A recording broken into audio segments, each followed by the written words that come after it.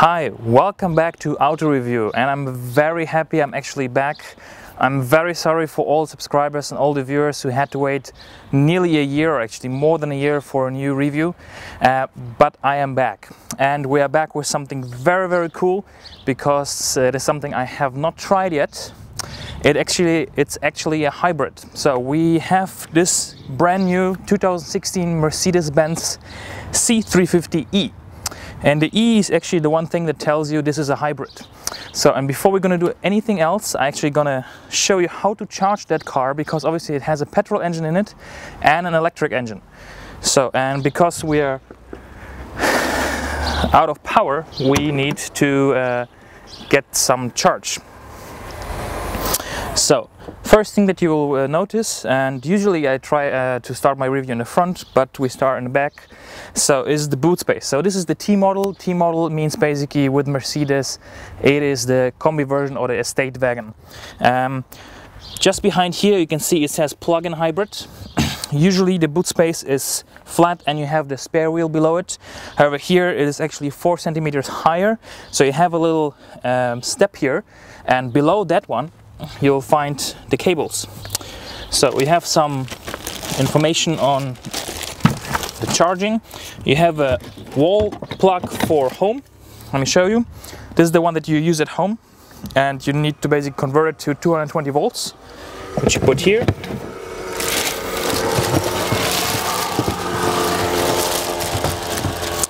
And this one is the one for charging at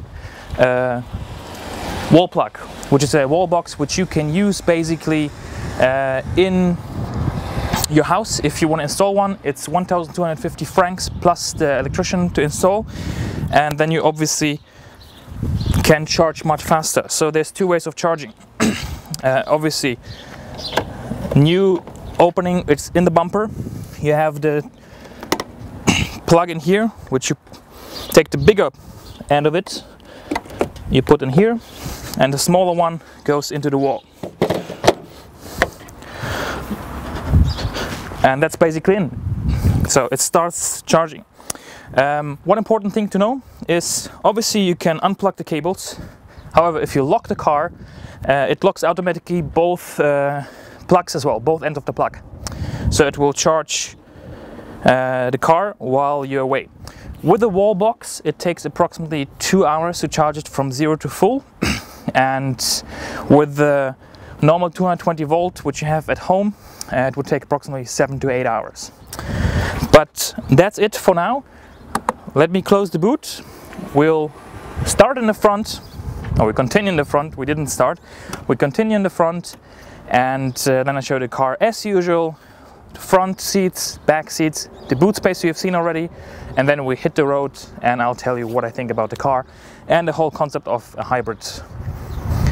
By the way, one more thing I forgot to tell you: we are in Switzerland. We are not in Dubai anymore. I moved places. I live now in Switzerland since approximately 1 year, and therefore there will be no more reviews from Dubai. There will be reviews now coming from Switzerland. So I hope you'll enjoy the scenery, the mountains. We're in a beautiful canton of Bern, which is located between Bern and Lucerne, basically. The village is called Wilderswil, and as you can see, the car has been provided by Elite-AutoCenter in Wilderswil, which is right next to Interlaken. So let's continue with the front seats. So, design of the C-Klasse, 2016 C-Klasse. If you want, you can check the video I've done in Dubai, actually from the year before, where I've done the C200 over there as a limousine. This one is the T model. As I said, this is a station wagon. So, power of the C350e, it has obviously two engines. It has the petrol engine with a power output of 211 horsepower from a 2-liter capacity. And it has another 13.8 kilowatt per hour electric engine, which produces another 82 horsepower. So you basically have a combined horsepower of 211 plus 82. Top speed of this car is limited to 250 kilometers an hour, and obviously this is not the point of this car, but you could do it, and it's very interesting to drive. You're very engaged with the car, trying to drive most of the time electric, to be honest, and you try to regenerate the power again. Design-wise, I said it already with the C200 review I've done. It looks a little bit like a small S-Class, which is obviously the new face of the Mercedes if you look through the C, E and S-Class models. This one is the exclusive version. You can see it at the rims as well as the grille and the small Mercedes star on top of the hood. Obviously you have the normal C-Class, you have the Avantgarde, you have the exclusive, you have the AMG line, and you have the AMG. Engine choices in Europe, obviously we have more than in Dubai. We have diesel engines, we have petrol engines, as well as the hybrid one, which we have here. Range from power is between 116 horsepower for the smallest diesel, the C160, up to the biggest one, which is the C63 AMG S, which produces 510 horsepower. So let's hop in and I'll show you the interior. So now we're coming to the interior, and we have this beautiful big screen, as you can see in the middle, that you can control over the click wheel here, as well as the touch sensitive pad on top. Steering wheel with control buttons for radio, Bluetooth, phone, as well as the menu system, plus the shift pedals for the 7G Distronic gearbox, obviously, and we have tons of assist systems in this car. So we have steering assist, which actually detects through the cameras in the mirrors the lanes that you're driving on, for example on the highway, and it actively assists you going through corners and staying in the lane. We have the Distronic Plus, which is the radar system in front that basically keeps the distance to the car in front of you, as well as accelerates and decelerates, so basically brakes up to stop. And it has anti-collision warning, as well as it tries to reduce the impact in case you're not able to slow down until stop anymore and you would have an accident. Then we have electric seats here with memory function. They are heated in the front.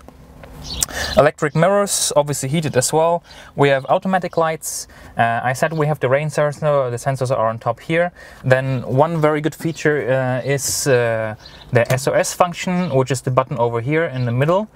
It basically alerts emergency services in case of an accident and the airbags deploy, or in case you have an accident and you are not injured, you can manually basically open this button and press then the red, open the hatch and press the red button.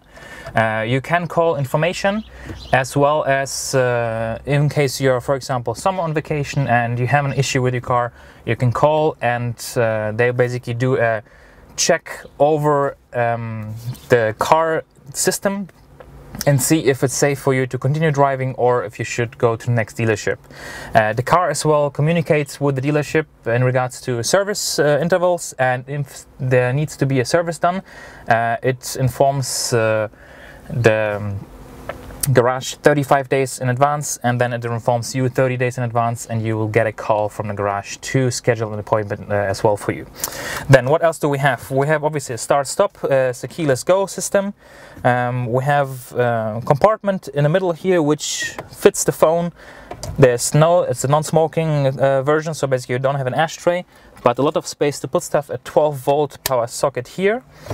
Then you have another compartment in the middle which luckily has two USB ports as well as an SD card slot and tons of space, so I can fit the camera and the wallet, so it's very big. You can see it now.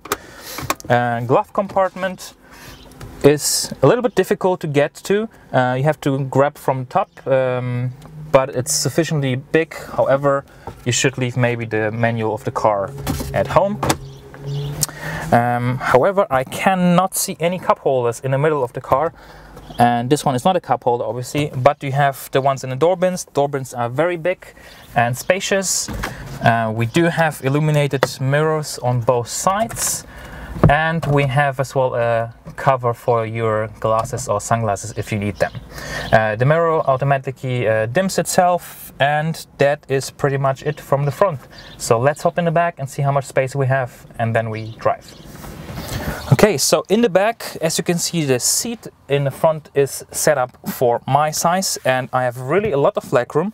To be honest, I'm surprised for that. I know the C-Klasse in the past was actually quite small, but this one is very spacious, so I'm positively surprised. I have a lot of headroom, this much left. As I said, I'm 184 tall.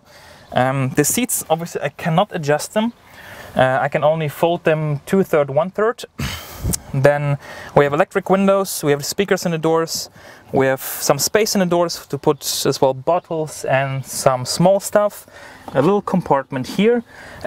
It's a dual zone AC, not a triple zone AC, so basically I cannot control the temperature in the back separately. I can only open and close the vents and adjust basically the flow towards where it should be flowing.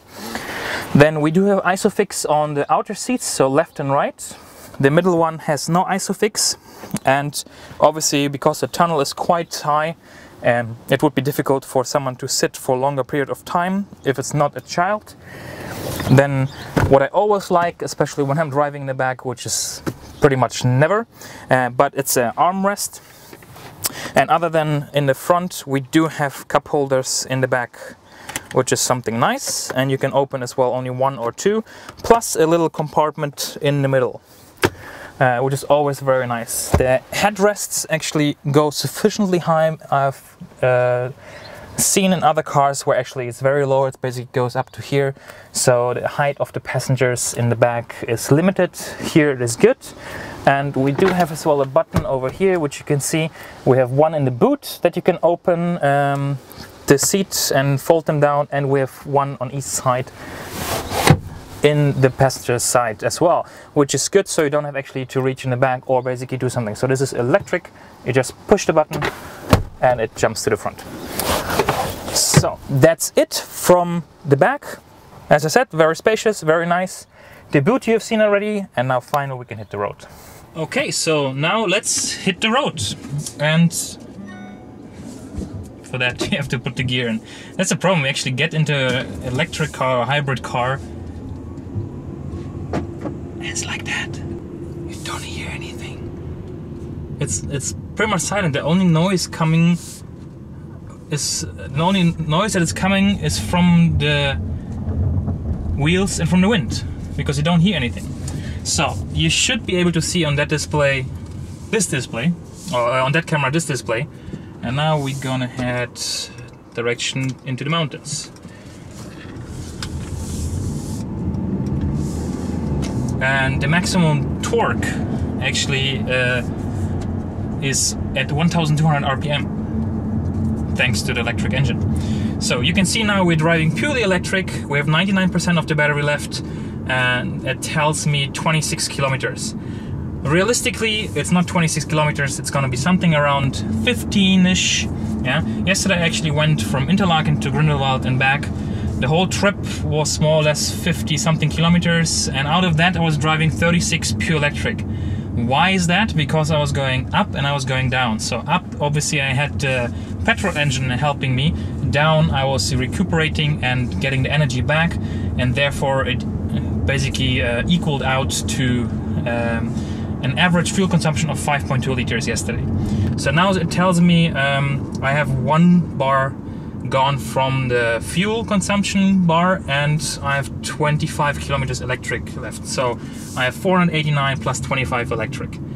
Realistically, that should be something around 450-ish, maybe 400, 450-ish. Then how does the car drive? Actually, it's super comfortable, I have to say. It has, as I mentioned to you, the steering assist. I'm not quite sure if I'll be able to demonstrate this to you, or how I can demonstrate this. Let's see, like this. See, now it was turning a bit to the right, and you can feel it in the steering wheel when you hold it. Okay, so it has the speed limiter and the distance control Distronic, called at Mercedes, is active at 50 kilometers an hour. You can see it in the display in the dashboard as well, and it basically drives up to 50 if there's no obstacle in front. So now I'm following a bus. I'm not quite sure if you can see it in this camera or not. But the bus, it's slowing down. As you can see, my feet are off the pedals. So I'll turn around now. It will see the bus is pulling away, it will accelerate again to a safe distance. So we have an echo display here. It shows you acceleration. We have, as I mentioned as well, not only the radar but as well what do you call it? Sign. It can see the signs. It shows them to me here. Then the display in regards to fuel consumption. So now when you accelerate, where you put your foot on the brake, the Distronic disengages. So you have to re-engage it. So now I put it to 80 and it shows me the radar in front, how much space I have, and that it's safe to drive. So now we drove in total 90 kilometers so far, 4 hours, 9.6 liter was the average consumption, however, as well as standing, obviously idle, because when I film the consumption goes up. From these 91 kilometers we were driving 48 purely electric. Yeah, and this is the thing that I mentioned. So you're really trying to drive as much as you can with the electric engine. So now we are driving and I'm at 92%. However, because I have to do another German video, I'm gonna turn off at around 70% or 65%. Quickly, something to the battery. It tells you it has 100% charge. However, if you reach 10%, it automatically turns off the electric engine and switches on the petrol engine. So you're actually not able to use 100% of the battery due to the fact of how batteries are built and that you cannot discharge them until 0. I would have preferred that Mercedes actually makes a display that shows 100% of usable electric power and don't show me at 10% it switches automatically to petrol engine. This way I would feel it's more honest and would be more realistic in regards to when you calculate your driving style. You have display for average consumption. It shows you in the display here as well that you're in hybrid mode, how many kilometers you have approximately left on electric charge. So now it says 21. It tells me this screen as well on the small one if I, for example, want to put the navigation in here, which I have now, and it shows me as well the signs, now 80 kilometers an hour. Average consumption now is 0, and you can see it as well, obviously, if you can't hear it at a higher speed, the RPM is at 0. Yeah, so I'm driving now 80 kilometers an hour, purely electric, no engine is running other than the electric one. Yeah, that's it. Then here we have quite a lot of stuff to play. So we have as well air suspension in this car. So we have Eco, Comfort, Sport Plus. And you can adjust as well an individual program. Now the engine kicked in because I went into Sport Plus. And you can do the suspension, you can do the steering. Don't go back, I'm explaining something. You can do the throttle response. You can do the climate as well in regards to saving more. And obviously the characteristics of the engine as well. So now we are driving in engine mode. Yeah, you can switch then with this button here. Well, if you're not in Sport Plus, because Sport Plus I cannot switch it to. Let me see if I can do it in Sport. No, in Sport I can't do either. Only in Comfort I can do now E-mode, so hybrid E-mode, E-Safe, and Charge. Charge basically means that the car is recuperating energy by powering the electric, so the batteries, charging the batteries through the engine, in addition to recuperation and braking, and basically rolling, letting the car roll. So that you keep in mind. So on the way going from Interlaken to Grindelwald and back, I think, because I started with a little bit less battery because I was driving before, it should be possible to drive purely electric. So if you live in an area which has, let's say, 15 to 20 kilometers one way, and you really learn how to use the car and the throttle and everything wisely, and you know the route, I reckon you could drive purely electric 15 to 20 kilometers if you're really good in driving. And you know how to basically use the car. What else? We have electric column for the steering, up and down, in and out. And the radars work very well, I have to say. The steering is something you can turn off, because in the beginning it's kind of weird, because when you go in a corner and you're a little bit on the lane, you're already turning, it kind of turns further and it's kind of weird. Space-wise, you've seen it's very spacious. It loses a little bit of boot space because of the batteries. There's 4 centimeters of height. which isn't too much. Apparently in the GLE it is actually much more space you're losing. I think it was 12 centimeters, which is like this. So there you have a bigger effect when you buy the plug-in hybrid. Here is okay. And price-wise now, let me just double check, because Mercedes, the C-Klasse in Switzerland starts approximately at 41,000 francs. Let me just put the Distronic Plus in. At 41,000 francs. This particular one starts at 64,170 francs. With all the equipment that we have on board, we are getting to approximately 83,500 francs, which is quite a lot. But consider as well, this is not Dubai anymore, this is Switzerland. In Europe, cars are more expensive with taxes, so there's 8% tax within this price. However, this particular one, which is only registered since June, and which is like a month now, not even, is available at a 30% discount, because it's a it's a show car for people to test it and try it out. You can get this one now at 25,000 francs off that price for 57,900, which is not bad at all. I mean, 30% for a car that basically not even 2 months old, 1.5 months old. So please check at Elite-AutoCenter. Contact them. You'll have the info in the description as well to get all the information on how much, what deals they have and everything. They do have leasing, special leasing conditions, and as well there are the other engines available, obviously, which you can order. Sorry. In Switzerland it's a little bit different than in Dubai. You don't have to, you don't just walk into the dealership and they have maybe 5 cars standing around. You basically order them and they build on order. If they have not, for example, a used one here, what we call Occasion in Switzerland. So overall, the system is very interesting. I really enjoy driving like this, because you're really more cautious on the environment, which Dubai was completely the opposite. So in Europe, you're actually looking after fuel, you're looking after practicality and how much space you have, and the cost of having a car, buying a car, driving a car, and running a car is very important. So yes, the price is a little bit higher than in Dubai. However, the fuel and this whole hybrid system help you to save fuel. So let's see how low I can go.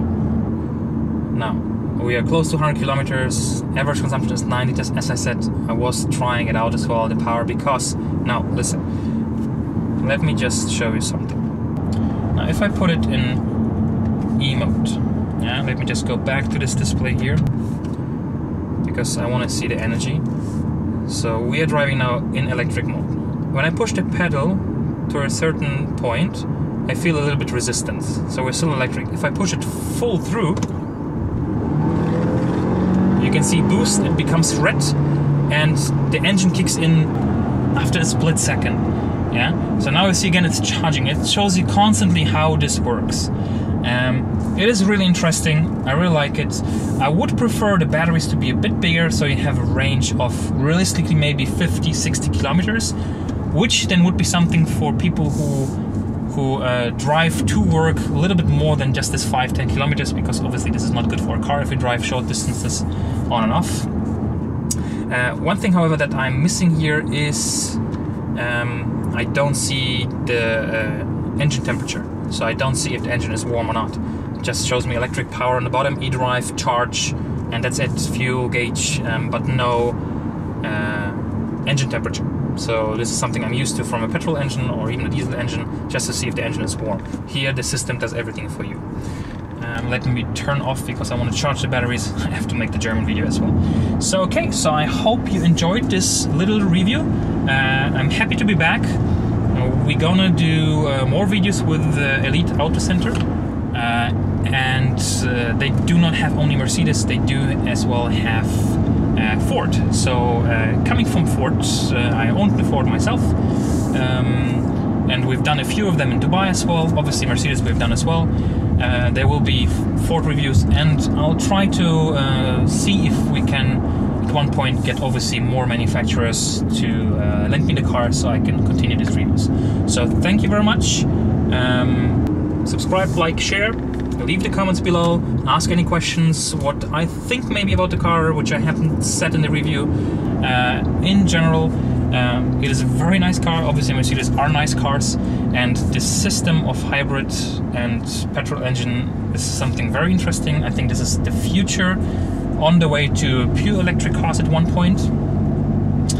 The only thing I would really be interested in a lot would be a diesel hybrid.